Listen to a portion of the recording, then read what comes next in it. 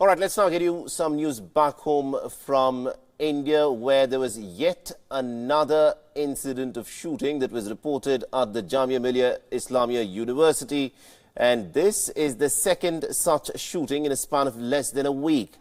Now, according to reports that have come in, the incident took place pretty late in the night, at the time when the protesters were carrying out with their protest peacefully. Two men turned up near the gate number 5 of the college campus, where the Anti-CAA, remember the controversial Citizenship Amendment Act against which people are protesting, they were demonstrating peacefully, at which, and it is during this time, that there were two individuals who turned up with country-made guns. One was said to be wearing a red jacket and was driving a red scooter.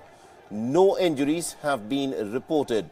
The Jamia Coordination Committee and the Alumni Association of Jamia Millia Islamia have filed an FIR. The firing is the third such incident that has taken place in New Delhi in just the last 4 days during the protests that are being carried out against this controversial Citizenship Amendment Act. Remember, just day before yesterday, 2 rounds had been fired at the Shaheen Bagh at the protesters, which is just 2 kilometers away from Jamia.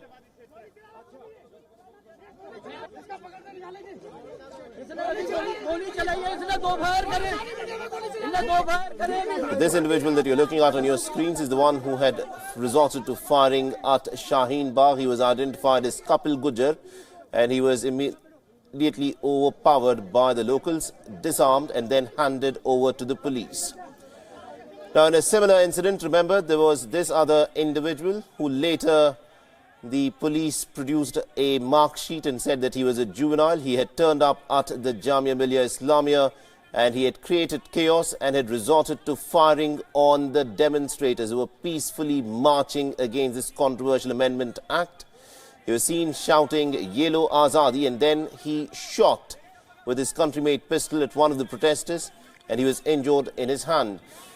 Now, this attacker, who is now said to be a juvenile, had said that he felt that Hindu sentiments were not being respected in India, and therefore he had to take to the streets with a gun and try to take revenge. Remember, all of these incidents are happening in the aftermath of certain politicians having made these incendiary chants of Desh ke Gaddaron ko, and there are 3 incidents that have come to light so far where people have turned up with these country-made pistols and have shot at these peaceful demonstrators. Now, the Jamia student who was shot at during the first shooting has said that the Vice-Chancellor and the institution administration were just as much to be blamed as the Delhi police. Has issued a statement saying, had they taken action against police brutality in the earlier events, this may not have happened.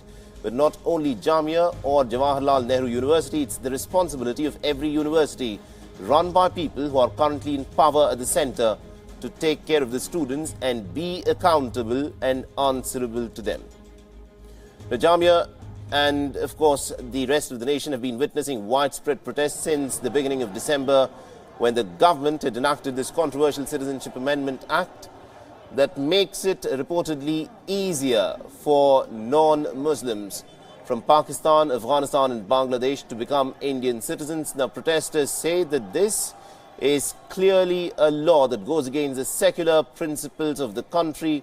It is against violative of Article 14 that guarantees equality and poses a threat to the country's Muslim community when enacted alongside the National Register of Citizens, which the government has said that it intends to bring in.